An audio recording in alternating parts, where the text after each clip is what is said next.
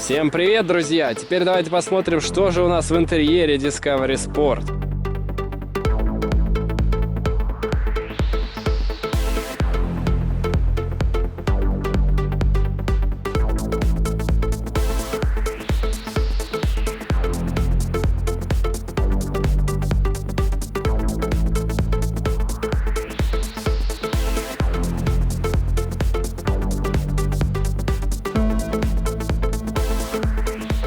Чем-то он вас должен же зацепить, что-то в нем должно быть интересного по сравнению с конкурентами. Да вообще даже непонятно теперь, кто у него конкурент. И вот когда вы попадаете внутрь, особенно после Эвока, то вы здесь, честно говоря, чего-то прям супер интересного уже и не замечаете. Пусть материалы отделки здесь попроще, да, вот, например, вот эта мягкая, казалось бы, которая выглядит как мягкая передняя верхняя панель, она вот прожимается ровно на миллиметр, а дальше она жесткая. То есть вот эта вот фактурка, которую они нанесли, как будто бы тоненький слой такой. Не вот прям, да, вы там можете прожать. Ну, как бы вам главное, чтобы это выглядело хорошо. Вот здесь вот вроде бы кожа, да, на первый взгляд, но когда вы присматриваетесь, вы понимаете, что кожей это не пахнет, какая-то ткань резина какая-то, но она прошита, вот так выглядит неплохо. Здесь тоже мягкий вот такой же материал, как здесь, тоже немножко прожимается, но другого цвета, как видите, с фактуркой. Здесь опять же вот эта кожа не кожа, но тоже мягенькая, как здесь, абсолютно. Ручка обшита вот так вот, ручка удобная, кстати говоря, подхват. Здесь же ручка, которая дверь открывает, то есть удобно дверь закрывать. Двери вы чувствуете, что они тяжелые, хлопают так неплохо. Будь здоров. Фишка Land Rover всех абсолютно, что вы обязательно должны, ваша вот эта линия, чтобы вам было не только руку, да, положить удобно, а чтобы когда вы открыли окно, а мы давайте заведем машину, у нас запуск двигателя с кнопки. Да, придется немножко погудеть, да, меня сразу сиденье придвинуло, память есть, вот так вот это все оформлено, квадратик. Квадратиш практиш? Нет. Квадратиш бритиш? Да. И тогда вы можете открыть окна, кстати говоря, они все с авторежимами. Да, но нужно задний просить. То есть сначала почему-то они вот так приоткрываются. То есть это их, наверное, программа такая работы. А потом дальше уже открываются целиком. Интересно.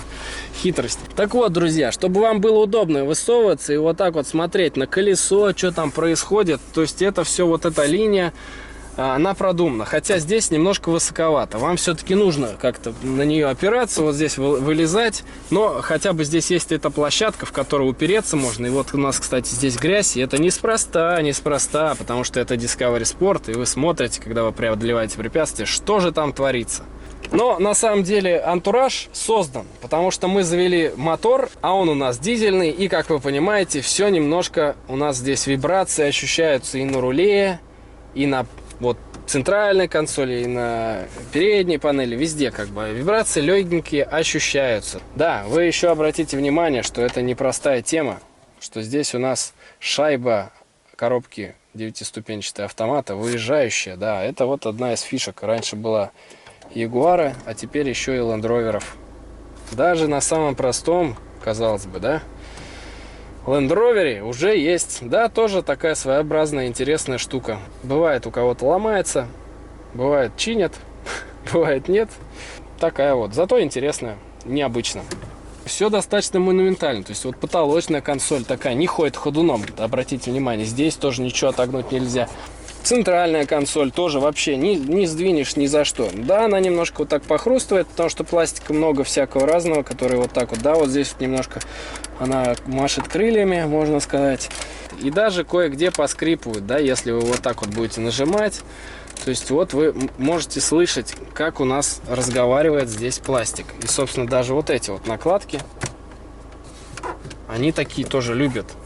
Ручка нет, ручка не разговаривает. Вот здесь вот, да, тоже можно. Ну, вот здесь вот даже мне вот что не нравится, вот действительно вот эта накладка типа под металл, она вот здесь вот отходит, тут вот дырочка есть. То есть вот тут вот, да, зазор, понятное дело. И вот здесь вот зазоры, они такие неравномерные все. То есть достаточно... Вот здесь вот все нормально, сверху сделано. Да, здесь прикрыто, то есть можно, конечно, залезть, посмотреть, открыть, там что-то проложить, провести, если что вам нужно. Вот это ходит, тут airbag. Кармашки в дверях, да, вот такие вот. Тут тоже такие достаточно жесткие, неплохие. Тоже обиты. Конечно, тут ничего достать из них там пыль, грязь, только протерев, не получится так просто. Грязь, например, камни какие-то, кора.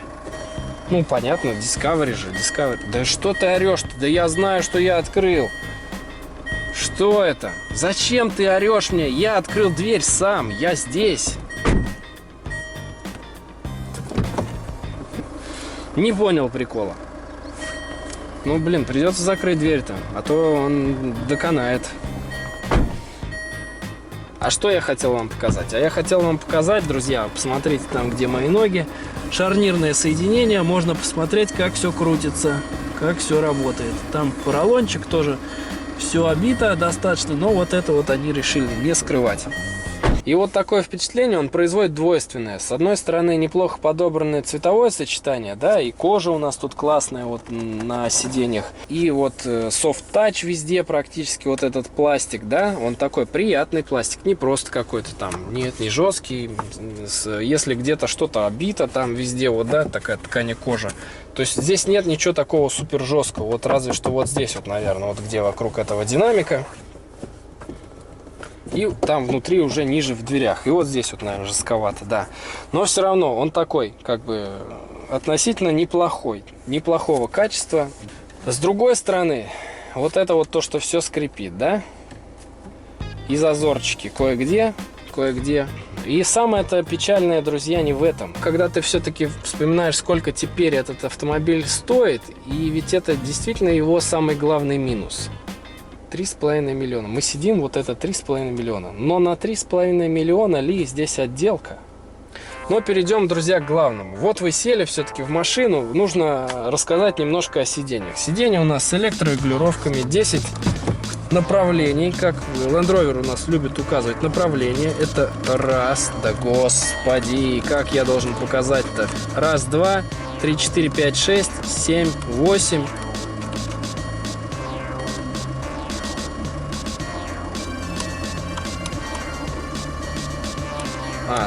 Поясничный подпор только вперед и назад. Почему-то вверх-вниз не работает. Хитро.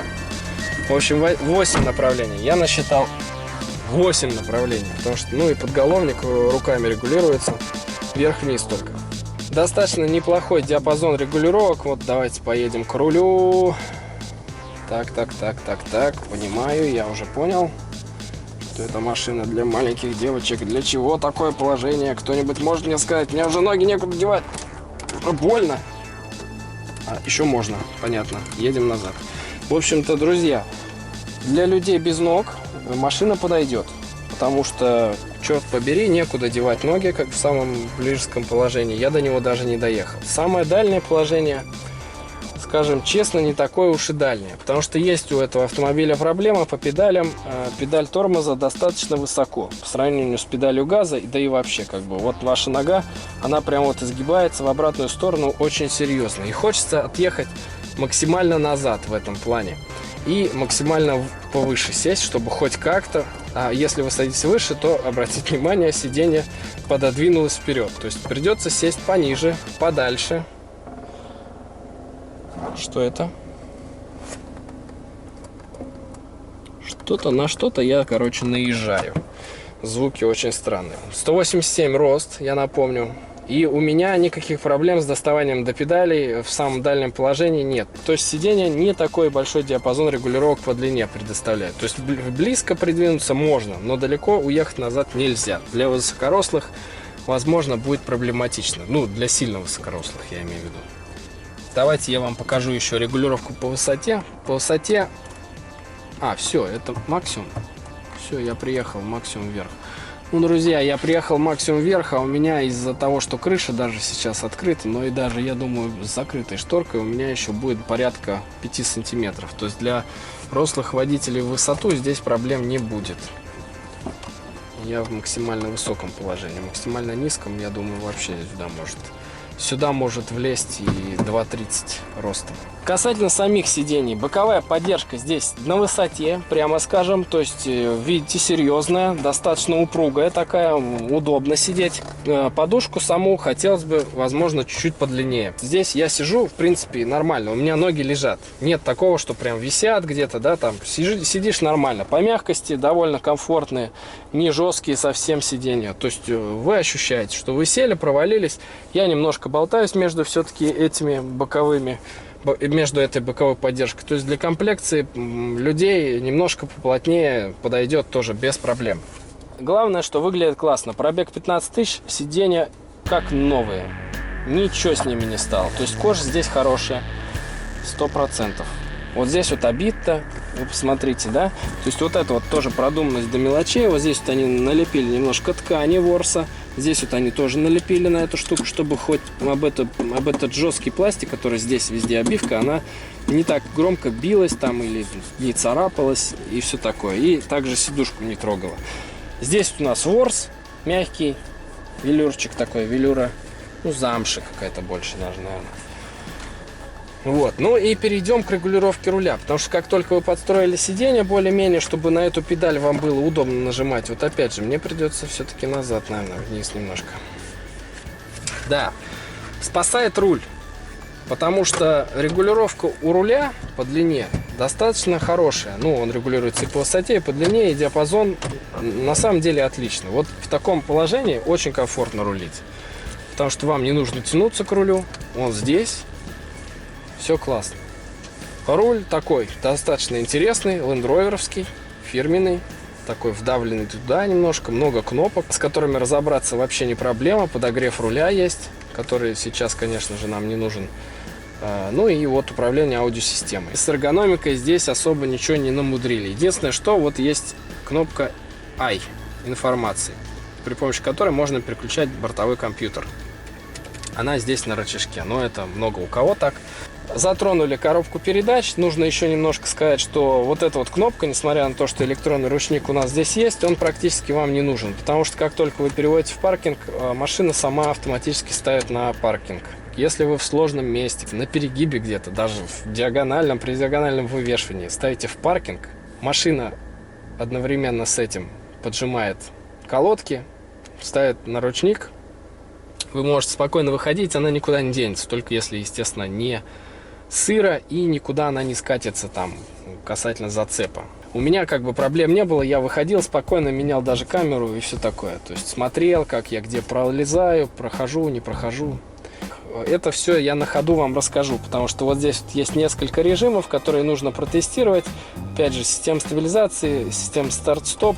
Тоже о вот этой вот прям линии кнопок я расскажу на ходу обязательно. А сейчас мы давайте перейдем к мультимедиа-системе, потому что она такая достаточно своеобразная для Land Rover. Скажем так, что здесь неплохая графика. Графика совсем неплохая. Вот яркости можно прибавить. Но сенсор иногда подтупливает. Так в основном работает неплохо, но иногда есть вопросы. Вот список любимых станций.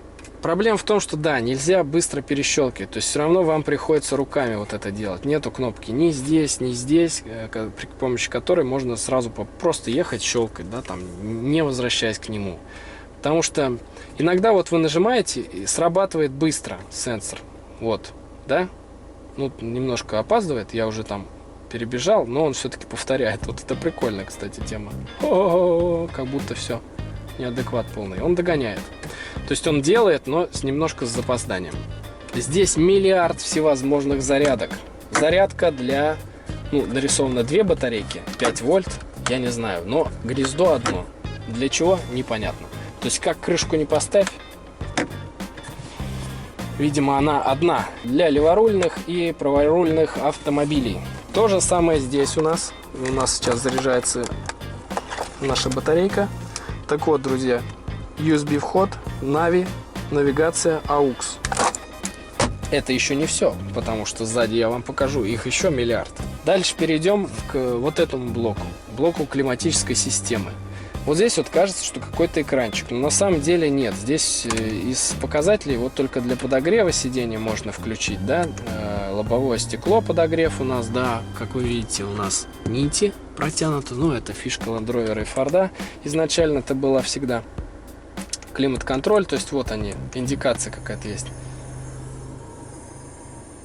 Что? Да, это я включаю климат. Ух ты, боже мой, вот это звуки страшные. Выключим. Как будто инопланетяне рядом прилетают, садятся. О боже, подогрев, уже горячо. И так горячо. Наконец-то наступило лето. Ура, друзья! Но машину надо быстрее заводить и быстрее понижать температуру. И голос осип уже, сами понимаете. Поэтому без кондея. Выживаем как могем, называется. Экранчики у нас на самих вот этих крутилках. Крутилки достаточно неплохо крутятся. Да господи, ну и звуки.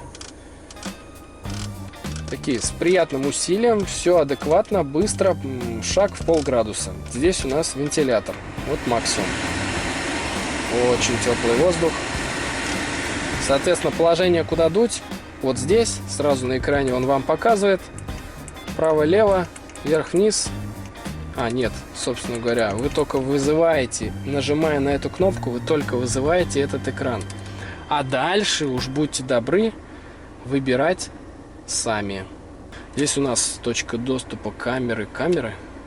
А, камера заднего вида только есть. Все, да, больше никаких нет. Камера очень странная, очень странная. С осевой линией почему-то показывают не именно где автомобиль у вас будет парковаться, а именно осевая линия. То есть вы видите и справа, и слева еще, и кажется, что въезжаете в машину.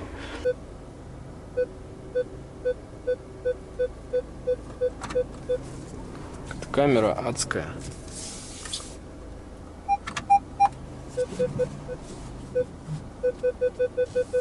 Данные эко.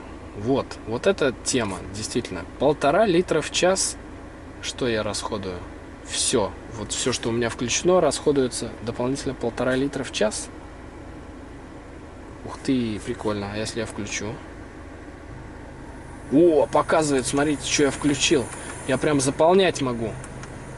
Вообще. Временная рециркуляция. Не надо время. Уйди. Да, я смотрю. Подогрев сидений. Что еще можно? Задний подогрев. Обогрев руля. Фары. Заполним до отказа. Походу второй подогрев. Да, чуть-чуть еще, блин, придется тут, наверное, умереть. О, вентилятор! Да, добавляет. Что еще добавляет? Заднее сиденье. И то я все не заполню. Блин, ну я сейчас умру. Прикольно, можно позаполнять. Выключи руль. Ой, горячий руль. Да, все, выключим. 1,5 литра в час пусть будет. Стиль вождения. Вот как мы давим на газ, как мы едем с постоянной скоростью и как мы давим на тормоз. 4х4i. Вот это, да, вот эта тема. Вот это про режимы. Про режимы я вам расскажу отдельно. Навигация очень интересная кнопка. Это Star Trek, если мне память не изменяет. Дальше у нас здесь вот такая вот эргономичная шторочка, которая уезжает туда, не занимает вам места. Подстаканники можно вытащить. Вот так вот один. Второй нельзя. То есть это можно выкинуть. И самое что интересное, вот сюда, ого-го, вот сюда уходит углубление. То есть рука, вот видите насколько, хоп, на длину пальцев уходит. То есть туда что-то можно действительно положить и потом просто вот так вот закрыть. И никто этого не найдет. А тут мы что находим? Еще один USB разъем. Естественно, это же Land Rover. Фишка этого автомобиля — это шторка, которая убирается миллион лет.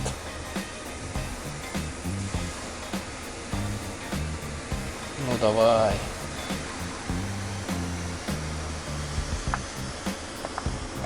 То есть вы наверняка устали смотреть. Зеркало, отдельно подсветку, извините, сами включайте. Так нельзя. Вот здесь вот как-то жидковато, но на самом деле фиг бы с ним. Итак, касательно козырька. Козырек нормальный, мягенький. Такой какой-то немножко вот ходит по нему обивка, но ничего. Зато он практически закрывает целиком все стекло. И это значит, что он вас спасет от солнца без проблем.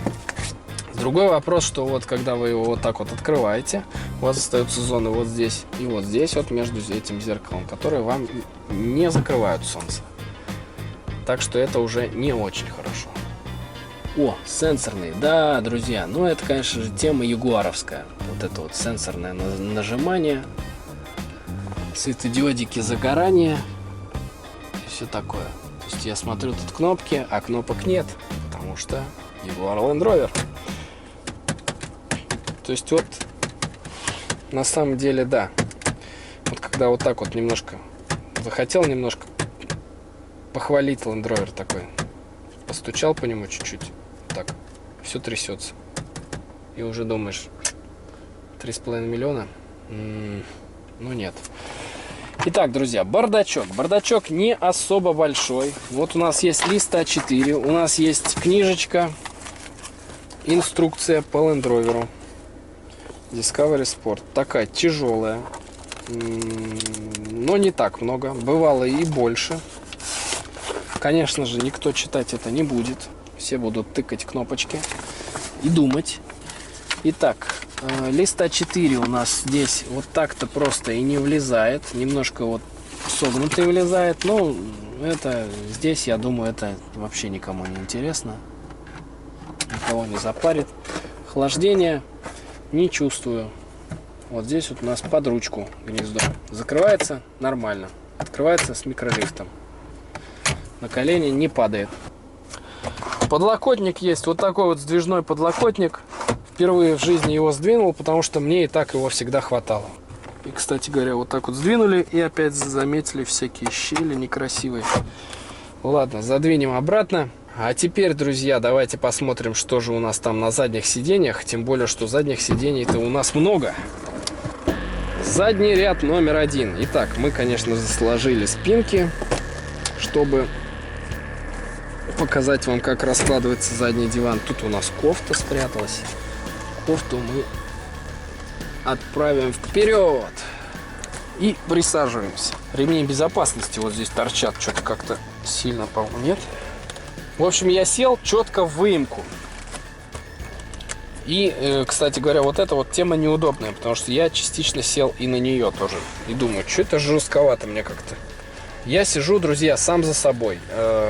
Для коленей место есть, но я уже вижу одну проблему. Да, для головы тоже места дофига, еще больше 5 сантиметров.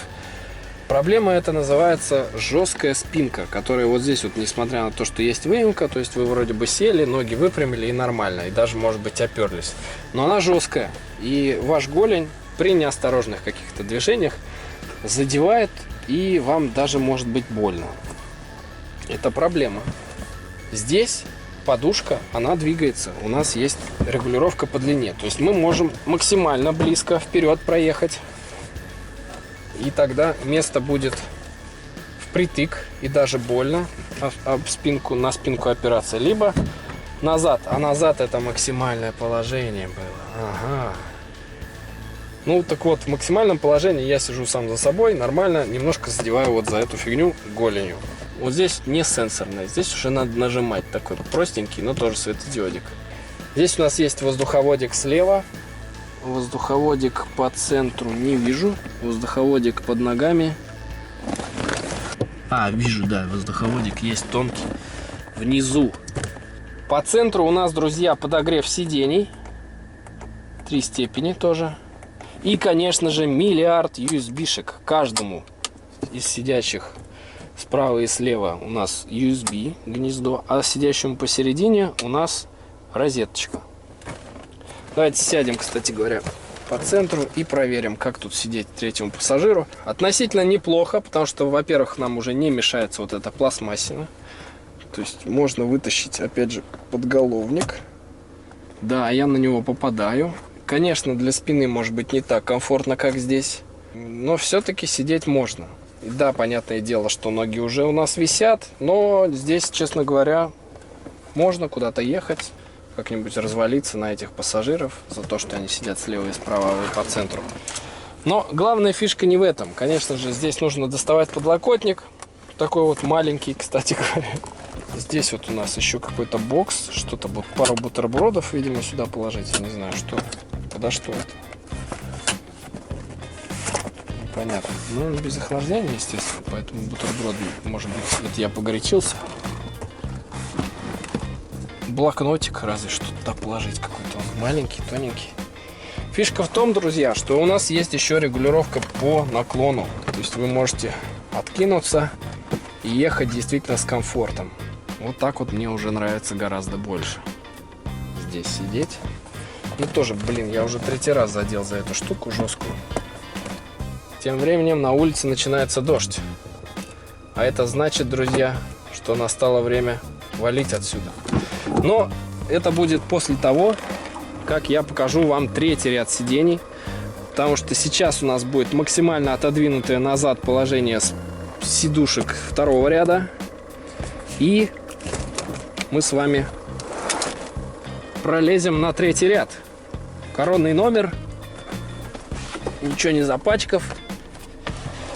Так, привет, шторка. Ну ладно, я сяду справа, чтобы тебя тут не беспокоить. Ну как вам сказать? Ну вот так вот. Нет, ну места для ног у меня не будет вообще. Единственное, что меня спасет хоть как-то, это регулировка, возможно, в самое первое положение. Потому что в самом первом положении я уже даже ногу сюда могу засунуть. Да. Вот так вот. Хоп. И я могу здесь ехать. То есть по умолчанию они, кстати говоря, как вы видите, когда вы их поднимаете, они в самом дальнем положении остаются. То есть после этого только двигать можно. Я сижу. Ну, если бы я был не 1,87 м, я скажу вам так, а где-нибудь 1,70 м, то мне было бы здесь комфортнее гораздо. Но тема в том, что ты сидишь здесь попой практически так же низко, как твои ноги. Поэтому твои ноги, как вы видите, у меня уже на уровне моей головы практически. Детям здесь будет прикольно, потому что вы сидите далеко от родителей, и можно тут что-нибудь поделать. Надзор спал. О, кстати, вот он что блокируется. Да, сюда воздуха мне срочно. Кстати говоря, вот этот заячий подголовник, заячьи уши, подголовники с кодовым именем заячьи уши, они действительно под голову подходят. Но на самом деле здесь вы очень близко к заднему стеклу сидите. И, честно говоря, такое ощущение, знаете, как в Peugeot 107. С подстаканниками даже, которые можно вытащить. Посмотреть, что там вот болт не забыли прикрыть. Но они прикрыли его подстаканником на самом-то деле. Вентиляция. Здесь опять же розеточка и USB. Здесь у нас USB нет. То есть здесь на двоих и розетка, и USB. Обратите внимание на накладки. На шлепки, точнее говоря. Да, вот так вот уезжает сразу. Вот здесь вот, видимо, подумали о том, чтобы вы ногами, когда будете задевать, да, здесь все время в грязи будет. Здесь вам мягко задевать. Не царапали вы, чтобы вот эту обивку. Видимо, самое царапающееся место. Давайте проверим. Ну, как выходить? Выходить вообще как-то угарно. То есть вы тут вроде бы туда ногу, а как пролезать-то как-то непонятно. Так я не пролезаю вроде бы. Сначала вот так опять развернуться. И задом вот так вот. Сначала одну ногу, потом вторую. Ну так, как бы здесь нужна сноровка явно. Все-таки детям здесь, наверное, будет самый идеальный вариант. Взрослым не очень. Опять же, и здесь взрослым тоже уже после того, как там взрослый сядет, тоже не очень комфортно. 3 ряда сидений впервые на нашем канале, кстати говоря. Автомобиль с 3 рядами сидений. На этом с интерьером все. Спасибо огромное, друзья, вам за просмотр.